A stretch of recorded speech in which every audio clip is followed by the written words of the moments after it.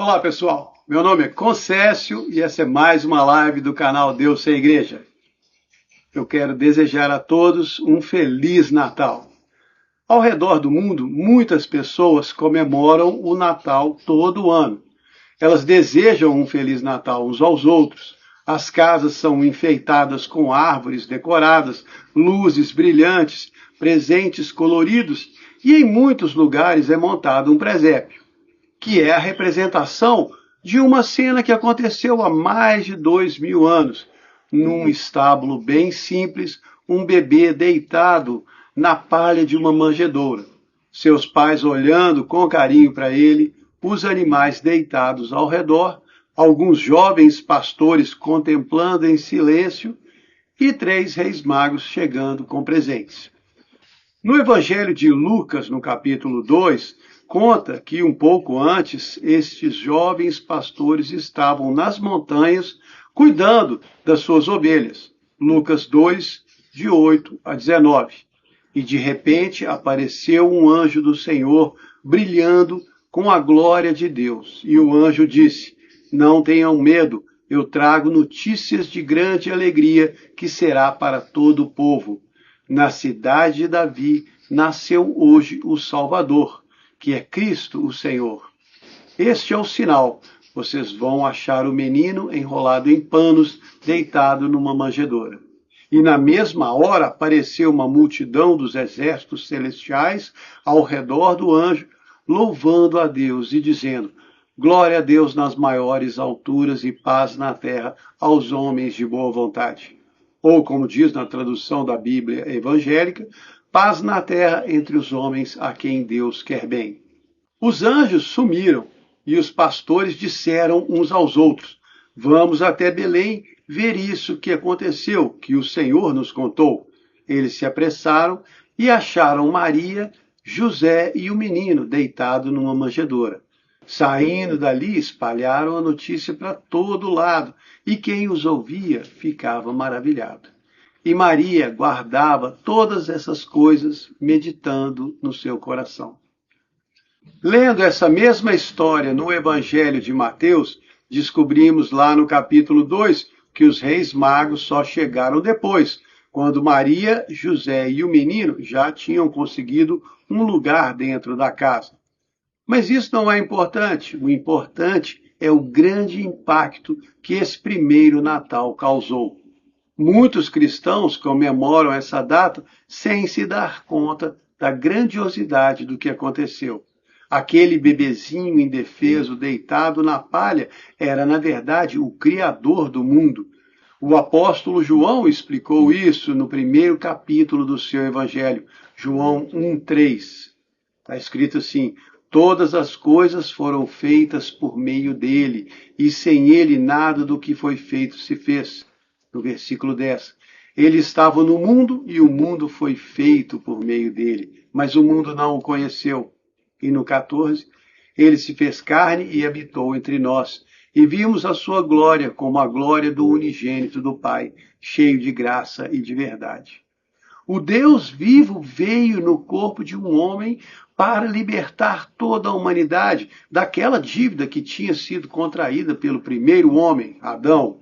O Deus Todo-Poderoso, que sempre existiu e que criou o homem à sua imagem e semelhança, assumiu essa forma humana para mostrar a grandeza do seu amor. Porque ele sempre teve o poder de criar e destruir, mas ao invés de destruir, ele se sujeitou à sua própria criação, se humilhou, desceu do trono do seu poder e se tornou um de nós. Se sujeitou a tudo o que nós passamos na vida. Toda a história do nascimento de Jesus mostra como Deus agiu com muito amor e humildade.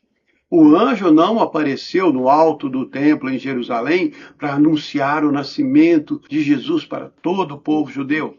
Eles esperavam o Messias, o Salvador, mas se esqueceram de como ele viria. Queriam um rei poderoso para lutar suas guerras e restaurar a sua terra. Não estavam esperando um homem humilde que daria a sua vida para libertá-los por toda a eternidade. Os sacerdotes do templo e os estudiosos das Escrituras não foram comunicados desse grande evento e nem foram convidados. Ao invés disso, jovens pastores que cuidavam das ovelhas de noite é que receberam a honra e o convite. E Deus podia ter enviado um anjo para o dono de uma das pousadas em Belém e preparado um lugar para José e Maria. O Filho de Deus podia ter nascido onde quisesse, mas o Rei dos Reis escolheu nascer num estábulo simples e humilde, porque Deus sempre se agradou mais dos humildes de coração. É o que diz em Tiago 4:6. Deus resiste aos soberbos, mas dá graça aos humildes. O apóstolo Paulo falou na sua primeira carta aos Coríntios, 1 de Coríntios 1, 27 a 29. Deus escolheu as coisas loucas desse mundo para confundir as sábias, e escolheu as coisas fracas desse mundo para confundir as fortes. Deus escolheu as coisas desprezíveis e as que não são para aniquilar as que são, para que ninguém se glorie perante ele. Ele é o verdadeiro Deus Todo-Poderoso, e a ele unicamente pertence toda a glória. Só Deus deve ser glorificado e exaltado, não o homem. Deus é tão poderoso e ao mesmo tempo tão amoroso que ele criou o homem à sua imagem e semelhança, mesmo sabendo que o homem ia errar. Ele criou esse mundo maravilhoso inteirinho para o homem, mesmo sabendo que o homem ia entregar o mundo ao seu inimigo. Mas por que ele fez isso se sabia que ia dar errado? Primeiro, porque ele sabia que podia consertar qualquer coisa que desse errado. Como vai consertar? E segundo, porque Deus queria mostrar para o homem a grandeza do seu amor. Ele deixou o ser humano fazer o que quisesse e estragar tudo, até o ponto em que o próprio Deus teve que se tornar homem e se sacrificar pela sua criação para que tudo fosse restaurado.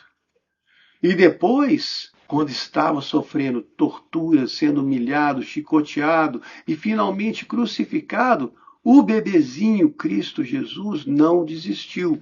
Ele foi até o fim, por você e por mim. Pregado na cruz, Jesus disse, lá em Lucas 23:34, Pai, perdoa-lhes, pois não sabem o que fazem. Essa é a maior demonstração de amor de toda a história da humanidade. E quando criou o mundo, Jesus já sabia de tudo o que ia ter que passar. Apocalipse 13:8 confirma que ele é o Cordeiro que foi morto desde a fundação do mundo.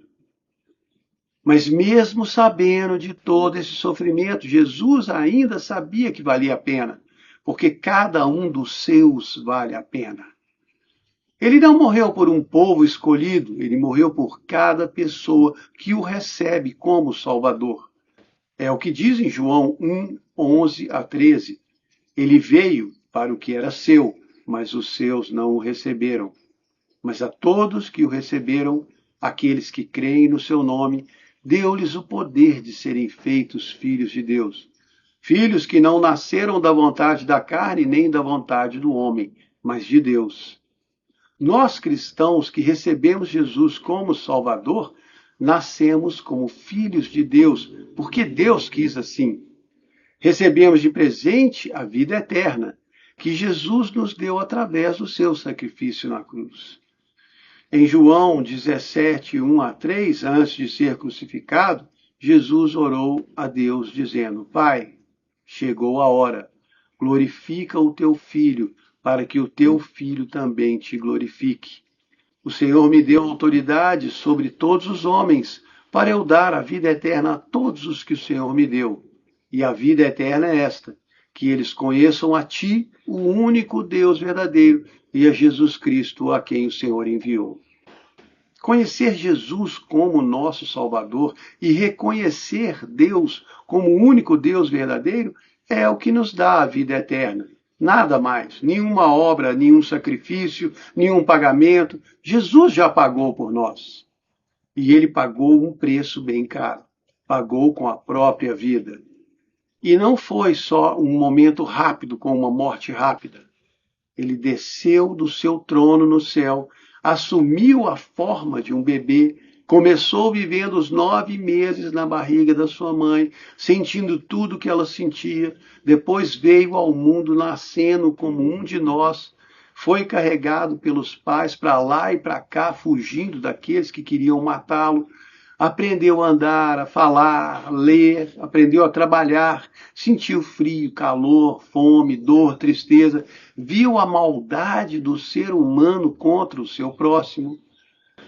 O Criador do mundo presenciou toda a injustiça e crueldade que era praticado pelos que ele criou. Viu a sua criação sendo submetida ao inimigo das almas dos homens e não podia fazer nada, porque ainda não tinha chegado o seu tempo. Viveu a sua adolescência, alcançou a vida adulta e então, depois aos 30 anos de idade, foi chamado pelo Pai para começar o seu ministério. E durante os 3 anos seguintes, sua vida também não foi fácil. Mesmo demonstrando amor e humildade para todos os que encontrava, ele foi humilhado, foi rejeitado vez após vez. Mesmo alimentando, confortando e curando multidões, ele ainda não era aceito por todos. Até mesmo os que o seguiam de perto duvidavam o tempo todo. Os religiosos que se diziam representantes de Deus na terra, que liam as escrituras para o povo, que julgavam as causas e ensinavam a lei de Deus, esses foram os que se ajuntaram contra ele. Mesmo vendo os incontáveis milagres que Jesus fazia, ainda assim duvidavam. Falavam que ele fazia milagres pelo poder do diabo. E ele continuou curando, ensinando, amando e se humilhando. Quando viu a hora da sua morte se aproximando, sentiu medo, mas mesmo assim não desistiu. Honrou o compromisso que tinha feito com si mesmo e com o seu Pai. Deu a sua vida de livre e espontânea vontade. Ele disse isso em João 10, 17, 18. Por isso o Pai me ama, porque dou a minha vida para tornar a tomá-la. Ninguém a tira de mim, eu a dou espontaneamente. Eu tenho autoridade para dá-la e autoridade para tornar a tomá-la. Isto recebi do meu Pai. Aquele bebezinho deitado na manjedoura se entregou por você.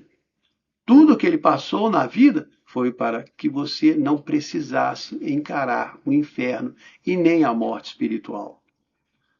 Eu vou ler da Nova Tradução na linguagem de hoje o que o profeta Isaías escreveu no capítulo 53, versículos 4 a 11. Era o nosso sofrimento que ele estava carregando, era a nossa dor que ele estava suportando. Ele estava sofrendo por causa dos nossos pecados, estava sendo castigado por causa das nossas maldades. Nós somos curados pelo castigo que ele sofreu, somos sarados pelos ferimentos que ele recebeu. Ele foi maltratado, mas aguentou tudo humildemente e não disse uma só palavra.